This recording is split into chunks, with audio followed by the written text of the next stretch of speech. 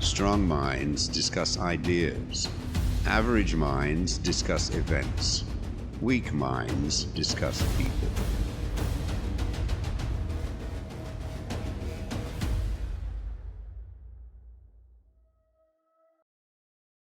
Falsafah dalam kehidupan. Falsafah dalam kehidupan terbahagi kepada beberapa subtopik yang penting. Pertama, falsafah. Kedua, falsafah teoretikal dan praktikal. Ketiga, falsafah baharu. Sejarah falsafah seperti yang dilihat oleh pelajar dan guru falsafah hari ini melalui kaedah retrospektif. Kaedah ini merupakan penelitian berupa pengamatan terhadap peristiwa-peristiwa yang telah terjadi bertujuan untuk mencari faktor yang berhubungan dengan sesuatu penyebab. Falsafah juga mempunyai erti umum, iaitu penyelidikan rasional. Sejak zaman moden pada zaman Renaissance hingga abad ke-19, ia bermaksud apa yang kita sebut kini sebagai sains, walaupun seorang falsafah merupakan seseorang yang menyiasat apa sahaja dan semuanya. Falsafah dalam kehidupan merangkumi masalah-masalah yang berkaitan dengan alam seperti asal-usul, perkembangan dan masa depan. Masalah-masalah ini melahirkan beberapa bidang ilmu pengetahuan yang lain seperti dalam falsafah kontemporari, bidang utama penyelidikan adalah epistemologi, metafizik, logik, etika, estetika, falsafah fikiran, falsafah bahasa, falsafah politik. Sejarah perbahasan dalam bidang penyelidikan ini, pemeriksaan falsafah mengenai andaian, kaedah, tuntutan, bidang penyelidikan lain dalam sains dan sains sosial. Falsafah bermaksud pengetahuan tentang pengertian yang dianggap sebagai ilmu tertinggi menjadi dasar ilmu-ilmu lain. Istilah al-hikmah juga digunakan sebagai sinonim kepada falsafah dalam Islam. Terdapat beberapa cabang yang berbeza mengenai ilmu falsafah yang dilihat daripada berlainan sudut. Falsafah menurut Barat adalah lebih bercirikan sifat semula jadi manusia serta menumpukan perkara asas bagi melahirkan individu yang berkebolehan tinggi dan mengasaskan corak budaya baru.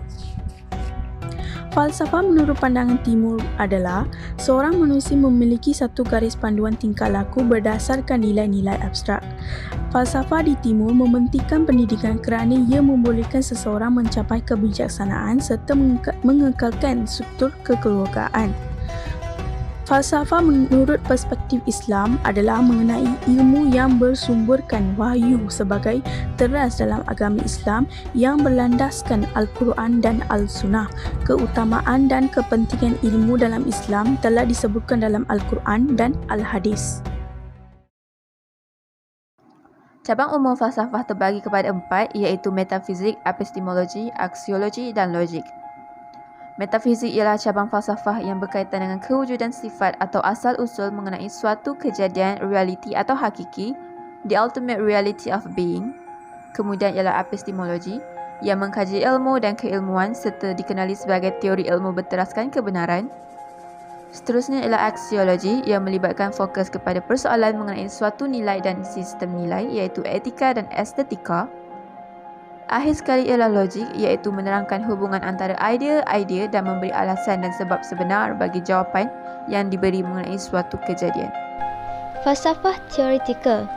Falsafah ini merujuk kepada persoalan-persoalan dasar yang memerlukan satu usaha intelektual yang mendalam untuk menjawab persoalan-persoalan dasar tadi.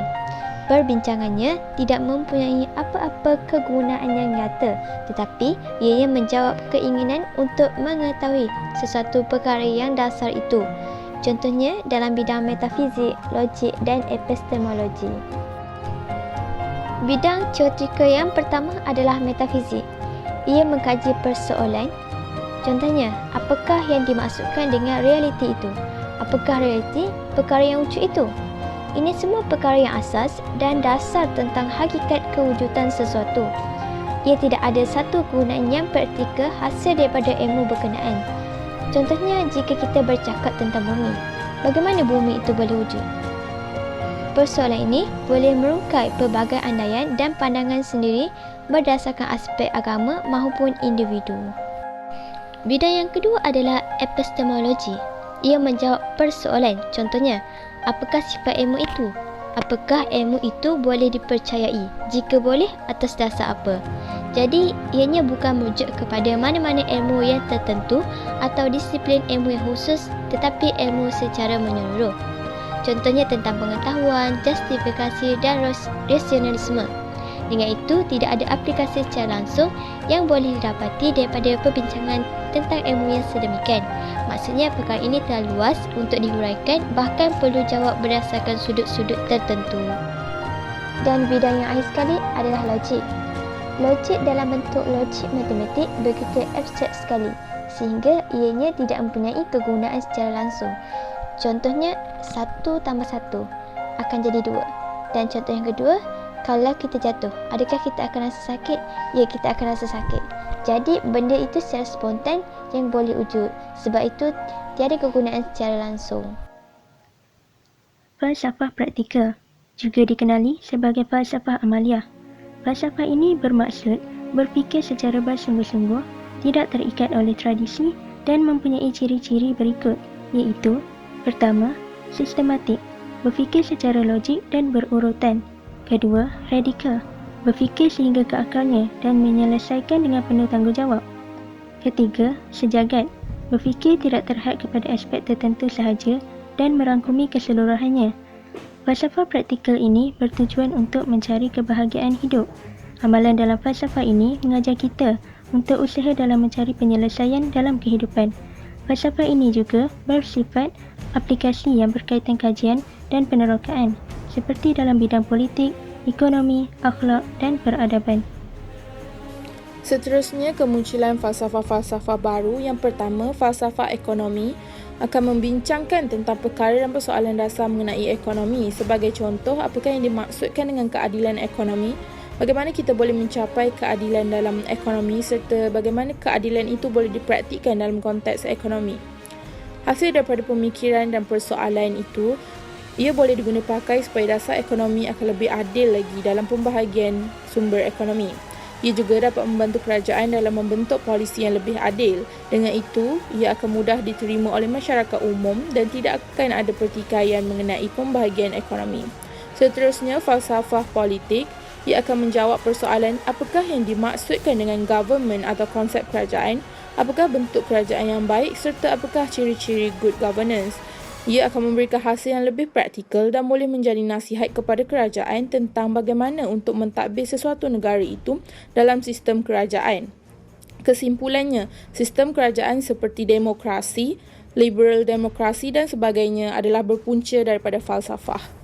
Selain itu ialah falsafah alam sekitar. Falsafah ini wujud kerana adanya masalah alam sekitar yang telah melanda manusia hingga mencetuskan satu krisis yang disebut ecological crisis. Antara persoalan yang timbul ialah adakah alam ini hanya untuk manusia menggunakan bagi kepentingan ekonomi, bagi keselesaan, atau adakah alam ini sesuatu yang lebih dari sumber ekonomi semata-mata?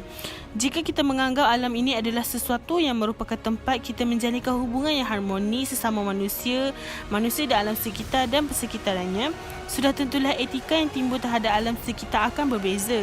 Kita akan lebih menjadi eco-friendly terhadap alam sekitar dan kita tidak akan melakukan sesuatu yang akan memusnahkan alam sekitar seperti apa yang dapat kita lihat pada hari ini. Akhir sekali ialah falsafah teknologi. Falsafah ini wujud kerana kemunculan teknologi baru yang pesat selepas revolusi industri yang kedua di abad ke-19. Contohnya teknologi pembuatan kereta, kapal terbang dan lain-lain. Antara persoalan yang timbul ialah apakah sifat teknologi dan adakah teknologi boleh dianggap sebagai sambungan kepada manusia atau mengancam kemanusiaan.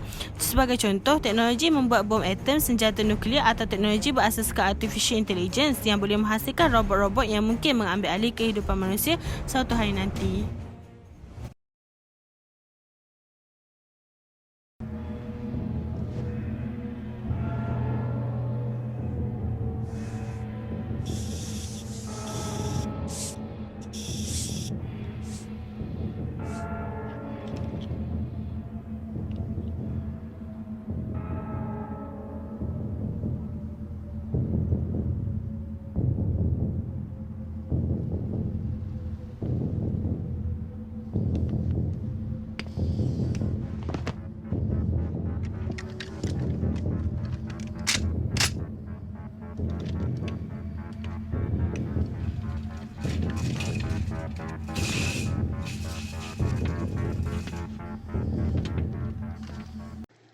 Secara kesimpulannya, ilmu falsafah merangkumi pelbagai disiplin ilmu.